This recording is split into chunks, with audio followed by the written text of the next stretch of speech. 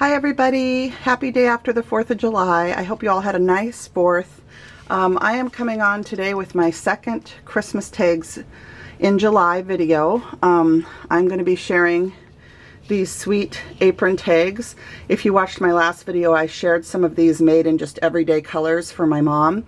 And I like this die so much by My Creative Time. Hi Emma. I love this die, Emma. I like it so much that I decided to make some Christmas aprons. So I'm going to show you the products I used, and then I'll come back and go through the tags that I made. I of course used my Lily of the Valley little tag sayings, and this is from Lily of the Valley in the UK. If you're not familiar with them, this is a digital printout, but they have them in both stamps and digis. So if you're interested in that, I use these little tiny hollies from Hobby Lobby in their Christmas craft section. From Cottage Cutz, I used this die set. It's a fabulous die set, you guys. And it's a plate die, which means it cuts everything all at once. But what I do is I cut little pieces of paper in different colors to fit whatever section of the die I want to use. And the things I used on this were this little ginger, this little snowman, and this little snowman. So those are the items that I used. Oh, and there's tiny snowflakes in here too. I should have cut a couple of those out, but I didn't notice. Then I use this die set again from My Creative Time. Okay, and this is what it looks like. Sorry about the glare. The sun is shining very brightly today here in Seattle. I use this Cottage Cutz nested stitched eyelet rectangle set, and I just used it to make a border on one of the aprons. Okay, so I cut cut a little tiny piece of the die out just on the edge to use as a border. And then I use these two dies from Cottage Cutz too for these baby gingerbread men and the baby tree, and then the different utensils. Okay, so, and these are what the dies look like, and I love these dies. Plate dies can be really nice because you cut them and then all the little pieces just kind of pop out really easily. And I don't know if you guys are like me, but some of the dies, it's really hard to get the pieces out. So that's what I like about plate dies. You just slightly bend the plate die and all the pieces pop out. So they're a lot of fun to use. And I love that Cottage Cutz really does make things small enough for card and tag making. They're one of the few companies that provide tiny pieces, which I just love. So Cottage Cutz is doing it right. Thank you, Cottage Cutz. So those are the products I used. And, geez, my paper's got stuff all over it. Is this side any better? A little bit. All right, so now I'm gonna zoom in, hopefully a little bit closer, and I'll show you the tags that I made. Here's the first one. So this one has one of the little candy cane charms. These are little plastic charms from Hobby Lobby. It says Christmas Wishes. It uses that Cottage Cutz die for the teeny tiny ginger and this teeny tiny ginger. There's the apron dies little mitt, and then there's two different little utensils in there. And then I added one of the little hollies, and then this is a piece of trim from an old Tilda die that I have. So that's the first one. And then, let's see. For you people that love all the shabby chic colors, I did some like this with different pinks and flowers and stuff. This one has the little gingerbread man from the Cottage Cutz die, a spoon from the Cottage Cutz die, and then I actually made a bigger pocket for him to fit in by using this cutout in the neck of the apron. So I edged this with some ink and I made a bigger pocket by using this. And it's a medium-sized pocket, if you will, because the pockets the die comes with are this one here and this little tiny one here. So I used that to just make a slightly bigger pocket, and I left the big pocket at the bottom off because I just wanted this gingerbread man to be the focus. Okay, so there's that one. I'm going to try and lay these out so you guys can see them as I keep going, although I don't know that I'm zoomed in enough. You guys can tell me. Okay, this one uses the snowmen. Okay, and this is one of the snowmen. He goes in normally into a cocoa cup, and I just put them into the pocket of the apron with a couple of the utensils. And then this is the other little snowman, and I colored his hat black and I put him up in the top pocket. And then it just says Christmas Hugs, and I turned the little mitt into part of the tag. So I just punched a hole through it and made a tag. And then I added a sparkle white button. And what I should have done was put a couple of the snowflakes on here from that die set too. So I might go back and add those. But there's that one. Then I have this one here. Is another one of the red ones. This one says Merry and Bright and has a red bell. It has the Christmas tree cookie and 2 of the gingerbread cookies, along with some utensils and the little oven mitt in the pocket. So there's that one. And then this is the one where I added the trim from that die set. And you can either poke the holes out or leave them. I left them, but now they're starting to fall out, so I'll probably go back and poke the holes out of that. But just a cute little trim to add to the apron. And you could put some trim up here at the top too if you really want to make it look really pretty. So I just thought of that. All right, then I did a pink one with the big pocket and the gingerbread man, but this gingerbread's face got really messed up. So what's neat about these is if a little kid gets this package, you can make it so that these pull out. This one I cut off to get him in there, but the ones that are on the bottom, I'll show you that next actually. Anyway, so this one I have to redo because I really don't like how the face turned out. I was going to do a black face, but I didn't like it with the black eyes and black mouth. So then I finally found my white, geez, that's not focusing. I found my white chalk pencil, and it wasn't sharpened, and I couldn't find my sharpener, but finally I found my white gel pen, and the white gel pen is what I used on the other ones, and that worked a lot better. So I recommend the gel pen or a very sharp chalk pencil. And then this is just a little cabochon that somebody gifted me, or it came with something, but it's just one of those little, I forget what you call it now. Sorry, my camera's losing focus.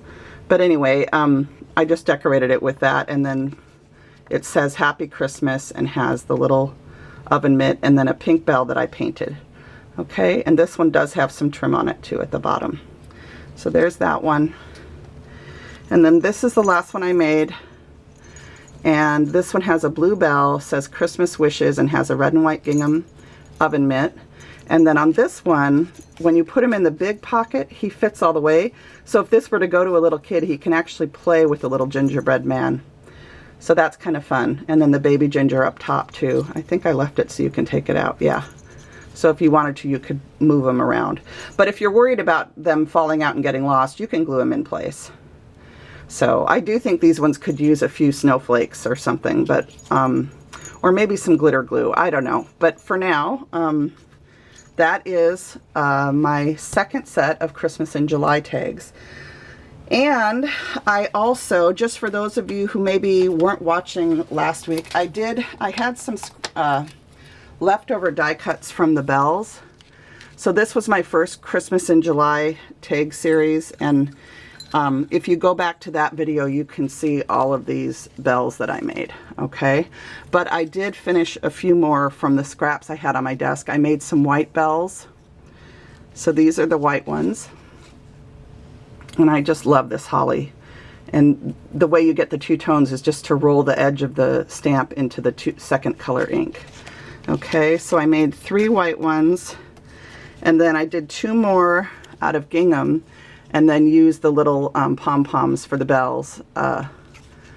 So they turned out really cute. So you might want to go back and watch that video if you haven't seen it. And then I wanted to share about a new company called Serenity Stamps, LLC. They're a local company to the Washington area. They're in a city called Edmonds, and I ordered, they have really cute stamps and stuff. I haven't ordered any stamps from them, but I saw these and I had to order these, and they sent candy, which my son has already eaten part of it, but this piece has survived so far, but I'm sure he'll eat it today. But they always put little candies. They put a Dum Dum sucker in, and they pack things in these little bags with confetti, which is nice because you can use the confetti in a shaker card. So I'm going to save that. But what I wanted to show you is they have these really cool different types of confetti. And so I ordered this one and this one to make some cupcake shakers and stuff. So, and they come in these little containers, which is part of the container system that I already use. So I liked that. And then I wanted to say thank you to all of my subscribers. I reached, and I was shocked by this, I reached 4,000 subscribers this week. And I think I'm at like 4,019 or something this morning. So I am doing a giveaway at the end of this video. If you will answer the question, are you going to make Christmas tags this year, and what kind? So I would like to know if you're going to, so you can say yes or no, and then if you are going to, I would like to know what kind you're going to make. So if you answer that question, you will be eligible for my 4,000 subscriber giveaway.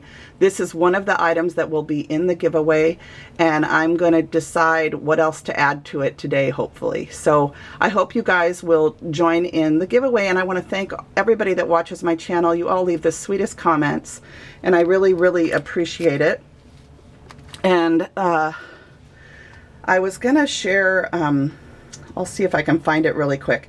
I have a couple other things to share, but especially I wanted to share, let's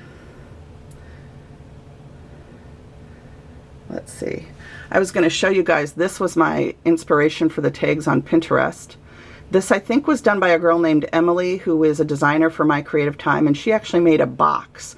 So she took 2 of the aprons and then actually made a box to attach the inside so that she could put the tags in, and I might do this if I give these tags as a set. So anyway, I wanted to show you that, and then I wanted to promote this channel. The name of the channel is Papers and Stuff, and especially these Easter Bunny paper tassels, as well as some Easter Bunny tags that she made. And I can't remember her name at the moment. It's completely slipping my mind, but anyway, she's a wonderful crafter, and you probably all are familiar with her already. She has quite a few subscribers, but I just fell in love with these little Easter Bunny paper tassels. I don't have a tassel die, so I might have to look for that or see if I can do it without having the die. So anyway, I hope you guys will go take a look at Papers and Stuff's channel, because I really liked what I saw on her channel. And then we'll do a little flashback Monday. This is one of the first Christmas tags I ever made, and it was a gingerbread man tag, and I think this was back, I don't know, 5 or 6 years ago. So there's a little flashback, and the last thing I want to share with you is, this is my most recent bracelet concoction, and this one was at the request of my sister, so it's all in pinks and silver, and she actually wanted rose gold, but I don't have any rose gold findings. So I am going to go to the store today, because Joann's has all their findings on sale here in Seattle and probably everywhere for 50% off. So I'm going to see if I can find anything that's rose gold or even just gold. I've mainly been working with silver so far. So this is my very first wired bracelet with crimp beads. And I, of course, watched Anna doing clasps and all sorts of things in order to be able to make this. And the only problem I've had so far is that I did have it pull apart once on me from the O-ring that's holding the clasp. I think it was this side. So I don't know, maybe I need stronger O-rings, but I'm going to look at the weight because maybe the ones I'm using aren't heavy enough for this weighted bracelet. This is quite a heavy bracelet. So, so that's my bracelet adventure so far for this week. Barbara, your bracelet is going in the mail today. I didn't get it to the mail before the 4th of July holiday, and I had a lot going on. But I am going to the post office today to mail your bracelet. So I just want to thank everybody for watching my channel. Don't forget about the giveaway. Choose joy. Blessings to all of you. Prayers to the people that are sick. You are always in my prayers, and I just wish you all a happy summer. Enjoy, and I'll be back with video number 3 hopefully within a few days. All right, bye now. Bye.